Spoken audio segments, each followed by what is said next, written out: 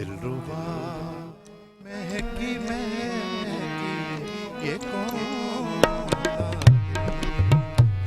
دلربا مہکی مہکی یہ کون دلربا مہکی مہکی فضا مہکی مہکی ہوا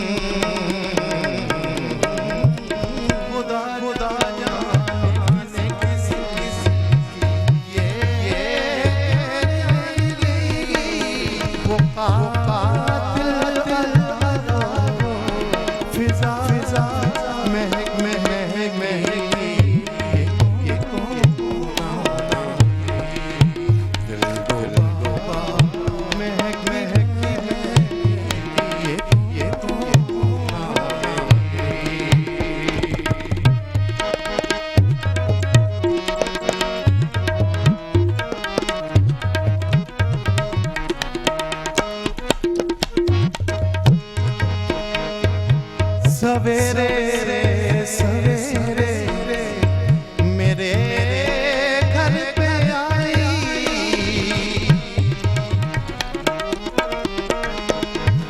سویرے میرے گھر آئی اے حسرت روا دے صبا مہکی مہکی یہ کون آ گئی دلربا مہکی مہکی یہ کون آ گئی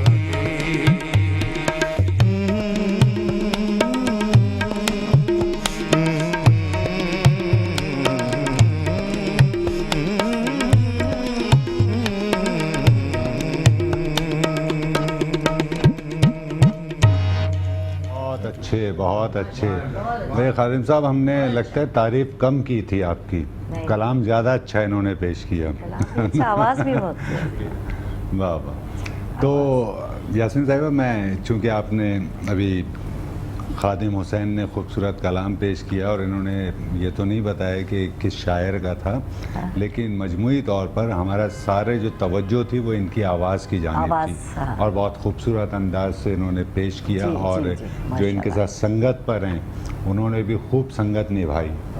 اختر نام طارق بھائی نے بہت اچھا پروگرام وہ کیا۔ اخلاق بھائی، مجموعی طور پر ہم اگر دیکھتے ہیں ادبی فضا، تو اس میں جتنی اب تک آپ سے گفتگو ہوئی اور جتنا میں سمجھ سکا کہ وہ نئے لکھنے والوں کا رجحان اس طرح سے نہیں ہے جس طرح سے ہونا چاہیے اس طرح نثر کے تعلق سے۔ نہیں، دیکھیے اس طرح سے تو ہے،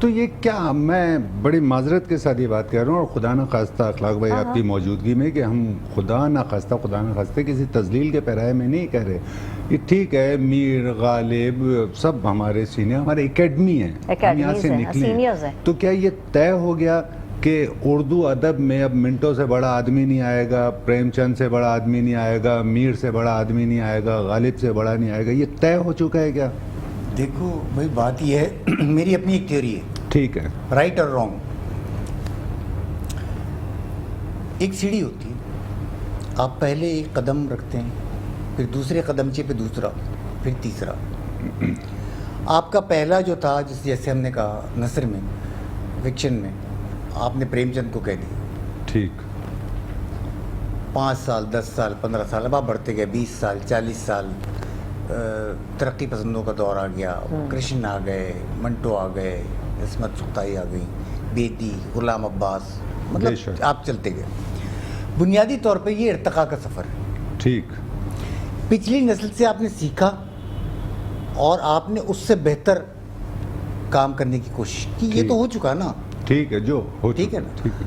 تو میری تھیوری ہمیشہ سے یہ ہے کہ جو آج کا ادب ہے اس کی بنیاد 125 سال کے ادب پہ ہے. اس نے 125 سال سے سیکھا ہوا ہے. ٹھیک. تو وہ آبویسلی بہتر ہوگا تھوڑا سا. ایک بات. دوسری بات یہ کہ عالمی ادب سے کنیکٹیوٹی، واہ، وہ بہت ضروری ہے. اپنے کنویں میں، اردو ادب کے کنویں میں نہیں رہنا. آپ کو ایک سمندر ہے. بہت اچھی بات. ایک سمندر ہے. واہ. آپ کو نکل کے دیکھنا ہوگا. اچھا، کیا آپ کو یہ پتہ ہے کہ منٹو ایک بہت اچھے مترجم تھے؟ واہ. انہوں نے بہت ترجمے کیے. واہ. تراجم بہت ہے. تراجم جو ہیں وہ آپ کو سکھاتے ہیں.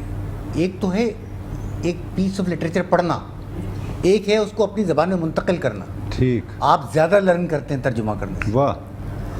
تو ترجمے سے بنیاد رکھ کے، اور دوسری بات ہے کہ آپ کو پتہ چل جاتا ہے کہ اچھا بھائی لاطینی امریکہ میں یہ لکھا جا رہا ہے، امریکن اور یورپینز یہ کر رہے ہیں، روس یہ کر رہا ہے. مطلب آپ بہتر ہوتے جاتے ہیں اندر. بہت اچھے. آپ، یہ کوئی اسکول ہے، اس میں آپ نے داخلہ لے لیا، پڑھتے جائیں اور آپ بہتر ہوتے جائیں گے.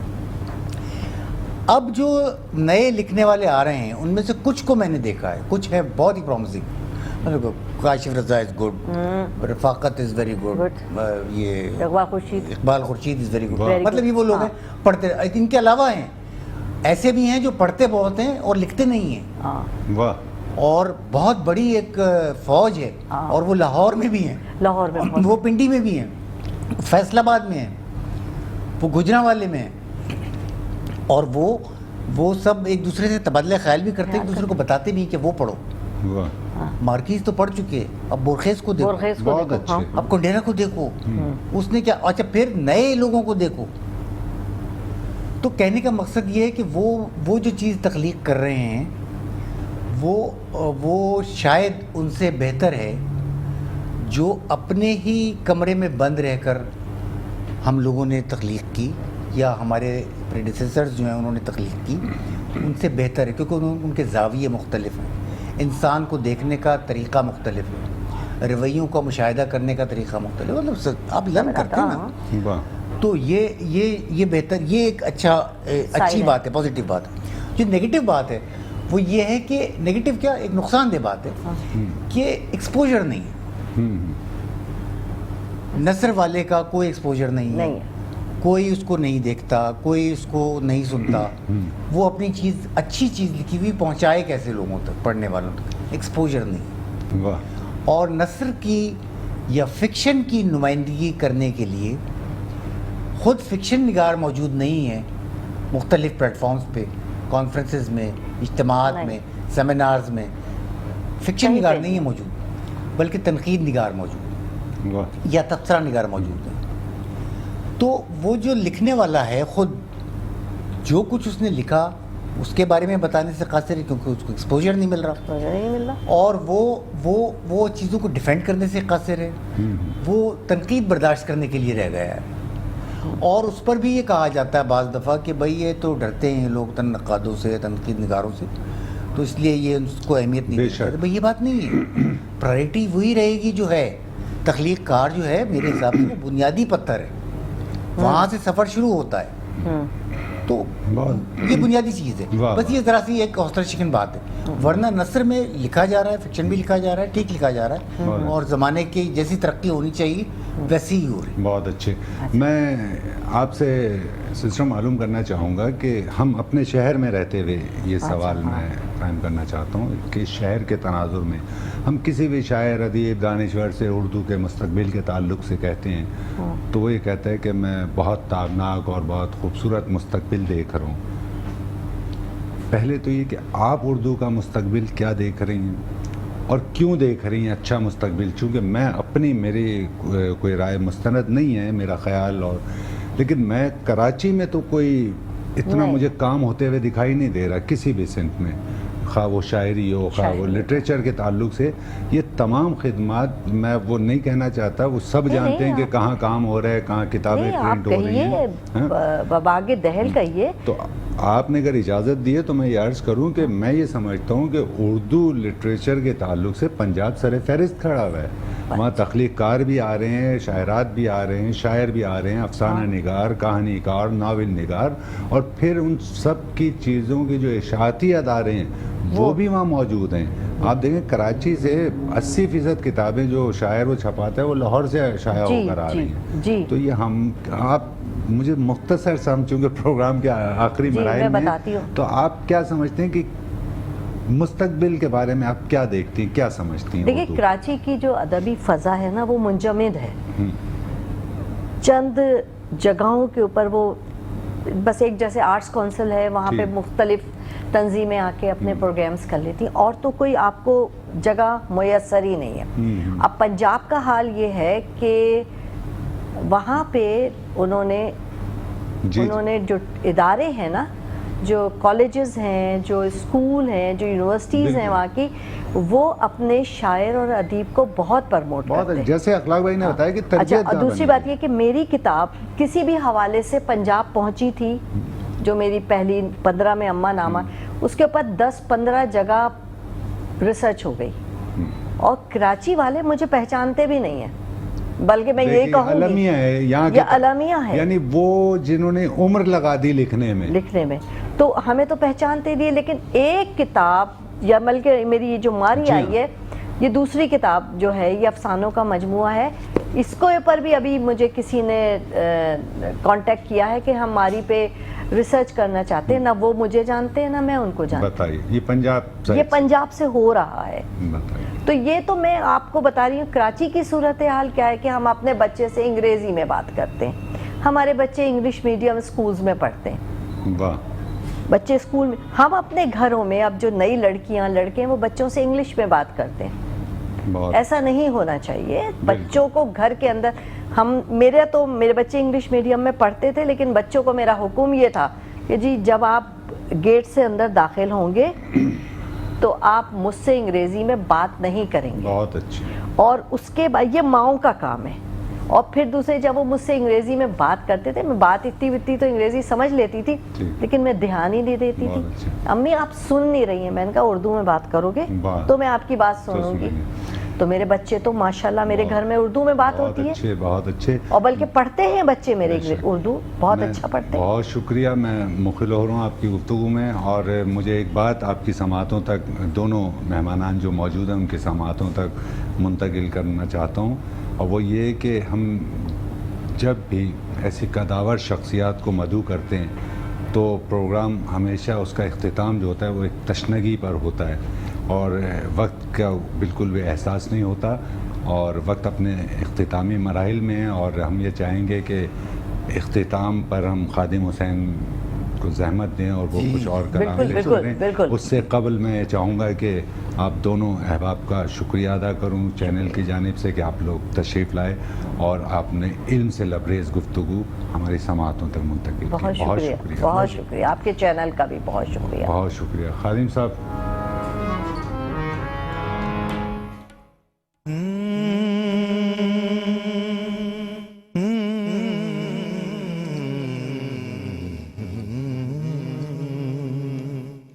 بھول جا